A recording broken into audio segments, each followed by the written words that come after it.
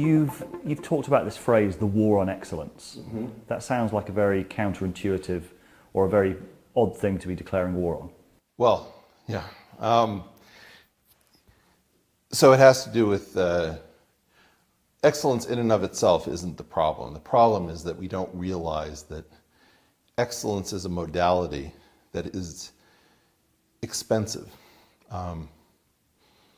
When we pursue excellence, we usually pursue some activity that has very low variance. An excellent sprinter is going to be somebody whose times are usually very tight around their personal best. Well, those low variance behaviors are at the cost of high variance behaviors. And most of what I think actually ends up moving the dial in human history is high variance human activity.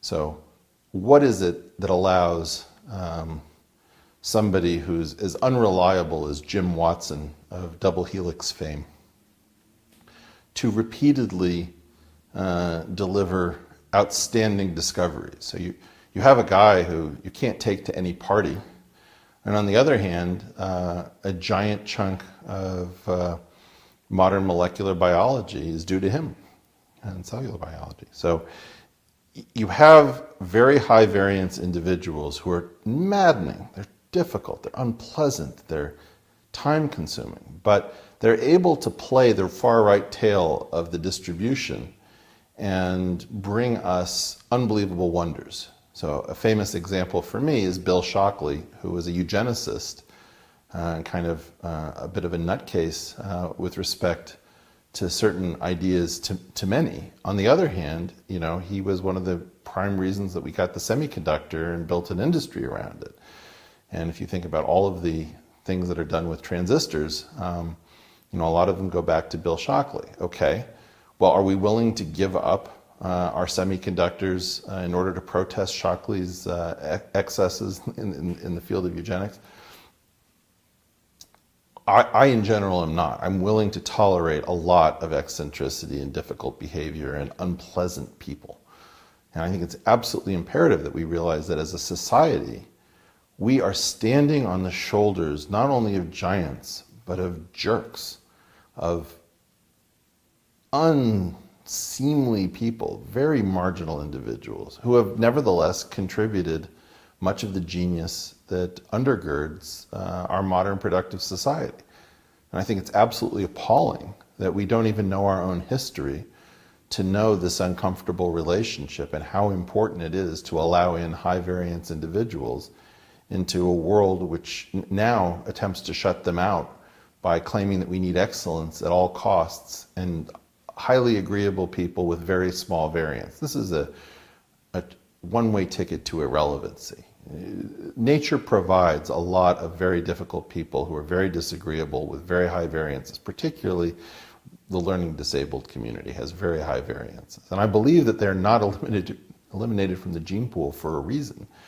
I believe that they're there to be the innovators. And so we're killing our own innovative class with all of these extra requirements for collegiality or diversity or some kind of regularity.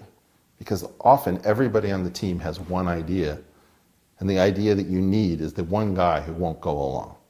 So how do we get people who are, if you know the Ash conformity experiment, Ash negative, that is, that they don't go along with what everybody's pretending to claim as their own perspective. On each card there are several lines. Your task is a very simple one. You're to look at the line on the left and determine which of the three lines on the right is equal to it in length. 2. 2. 2. 2. The subject denies the evidence of his own eyes and yields to group influence. We also want people who are Milgram negative. If you know the Milgram experiment of Stanley Milgram. If you make an error, however, you'll be punished with an electric shock. So, of course, it is to your advantage that you learn all these word pairs as quickly as possible. You want people who, when asked to push the buzzer to administer an electric shock, tell the experimenter to buzz off, rather than the people who go along with it when they're assured that they will not be held personally responsible. So in part, you have to recognize that heroic behavior comes from a group of people who, in general, are viewed as somewhat unsavory by the mainstream, and that's fine. What makes you so certain that those kind of individuals are not part of the establishment at the moment? Well, first of all, even where they are part of the establishment at the moment, they talk to us in hushed tones, like, oh, you don't know how bad it's gotten. I can't say that anymore. 15 years ago I could say that. Now I could lose my job. Like, you're actually, those people are still there, but they're not free to think. And the penalty for like a single misstep, I mean, even imagine that you have a bad thought, you say a bad thing.